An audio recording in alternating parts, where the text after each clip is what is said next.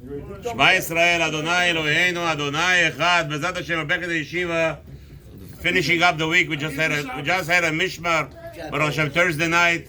Beautiful children. Thank you to the Yitzchakov family, Malkelu, Mishpachat Malkel Yitzchakov, Tarmur and the children. Baruch Hashem, mishmar was beautiful. Gishmak children and Gishmak learning Gemara. Baruch Hashem.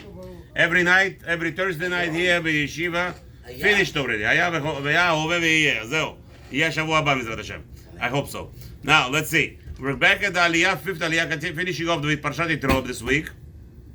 It is Thursday night, so it says over there that Moshe Rabbeinu told them to prepare. Right? ויבוא משה ויקרא לזקני העם וישם לפניהם את כל הדברים האלה אשר ציווהו השם. So Hashem commanded Moshe Rabbeinu to prepare the mountain, to separate the mountain. What do you do? What do you do when you get married? You prepare a chuppah. Chuppah, what do you do with the chuppah? You put a gather, you put a fence around the area where you're going to make the chuppah at.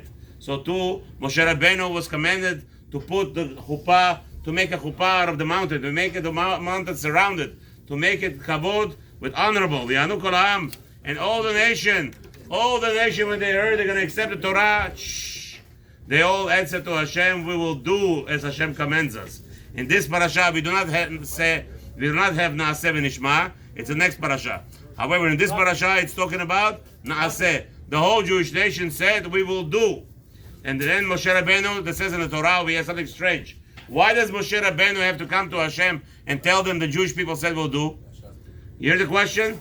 Why does Moshe Rabbeinu have to come to Hashem and say the Jewish people said yes, they will do, they will accept the Torah? Why?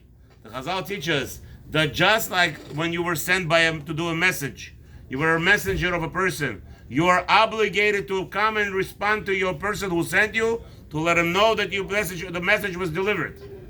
So even though Hashem knows everything, Hashem does know everything, but yet the Torah outlines us that Moshe Rabbeinu and came and told Hashem everything that the Jewish people replied, to teach you how obligated a person who is a messenger fulfilling a task on behalf of a person. Don't think he knows you did it, even though he got what he needed. You have to let him know, call him up, or send him a letter, send him a message that you did the task. And so did also. Now Hashem is telling him, you have 6 days. This was Rosh Chodesh Sivan. Now we have 6 days, right? We have the 3 days passed already. The whole Akbala, the separation. Now Moshe Rabbeinu was told by Hashem, go tell the people to stay away from their wives for 3 days.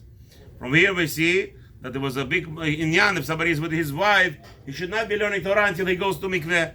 So the Torah has to be learned with the fear, with awe.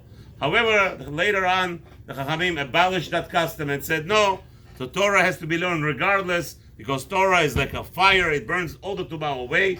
Even though a balkeri, when the sperm comes out of a person, he is tameh, but the Torah, we say, will eradicate the tumah, will burn out the tumah. And therefore, that was later on, I would say quite frankly, when the Jewish people were happy not to learn Torah, so the rabbi said, do me a favor, let's take that away, because now it's an excuse. I'm not learning Torah because I'm tameh. So they took it. So then the Chachamim said, no more ruach tumah. You cannot use it as an excuse. The Torah learning is stronger than the tumah. It's like esh ochala, it burns the tumah. So now what happens that Moshe Rabbeinu is preparing 3 days the Jewish people for Matan Torah, and now there's a whole question: how does Hashem present to Moshe Rabbeinu to Torah in public? So the 6th Aliyah starts. Vayeret Hashem el Har Sinai el Rosh Har. So Hashem come down to the mount of Har Sinai, on top of it. Vayikra Hashem el Moshe, and Hashem called unto Moshe el Rosh Har, called him up again back to the mount, the top of the mount. Vayal Moshe, the pasuk tells us Moshe Rabbeinu went up there. Vayomar Hashem Moshe read. Now Hashem is telling Moshe Rabbeinu, go down to the nation, right, and warn them that I'm coming to speak. V'gam haKohanim anigrashim el Hashem. What are you talking about? Why have to warn them? They were already warned for the past 6 days what to do. There's no need to warn them anymore. So now, we already sanctified the mountain. We already put the chuppah. We covered it.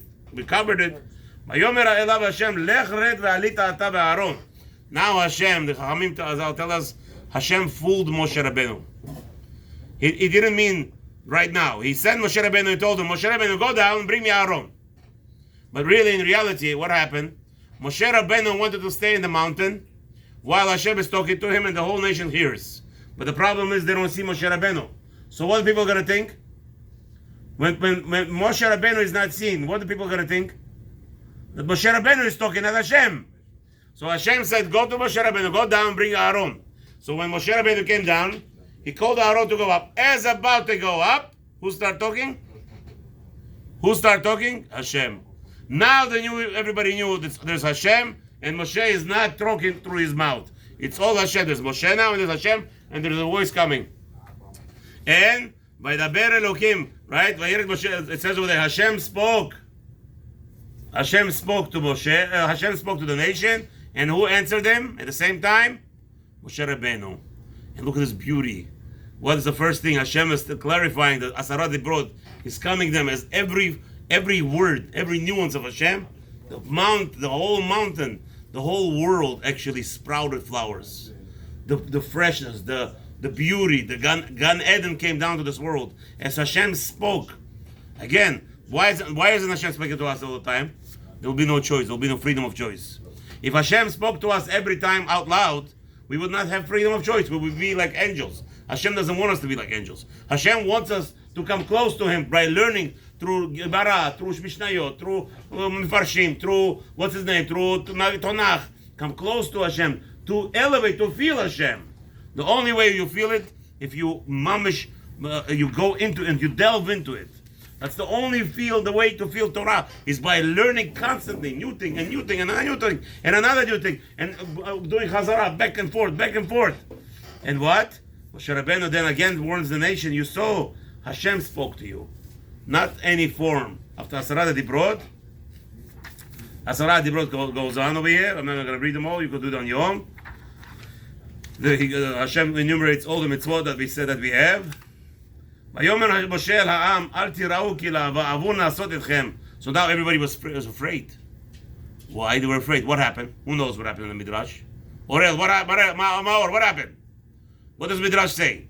With every word that Hashem said, why the world had to sprout new flowers, new fragrances? What happened was that every Jew died. Every Jew died, and then Hashem had to return them back, sprout them to life again. So when He sprouted them to life, everything around also sprouted to life.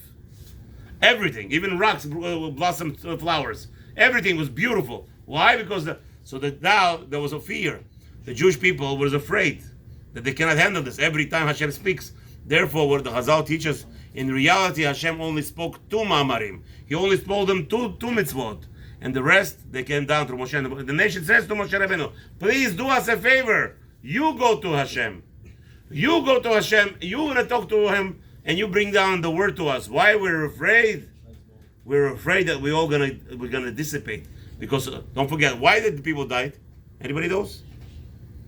The Midrash says they all died as soon as the one word came out of Hashem's mouth. And every time Hashem spoke, they died. Why? It says like this: Menachem, why did people die when Hashem spoke? When Hashem Hashem doesn't want us to die. Why did we die? We didn't die. What happened is we have in us a spark of Hashem. So when Hashem is a big spark, we're a little spark. When Hashem is the big magnet that revealed Himself to the nation, every neshama jumped out of the bodies automatically. Go back to its original magnet. Like a magnet. And then Hashem will return everything back. Why? Because He doesn't want us to die. He wants us to continue His world. He wants us to multiply His world. He wants us to open up more yeshivot, mosdot, motorah. There's the only way that this world gets a bracha from continuation.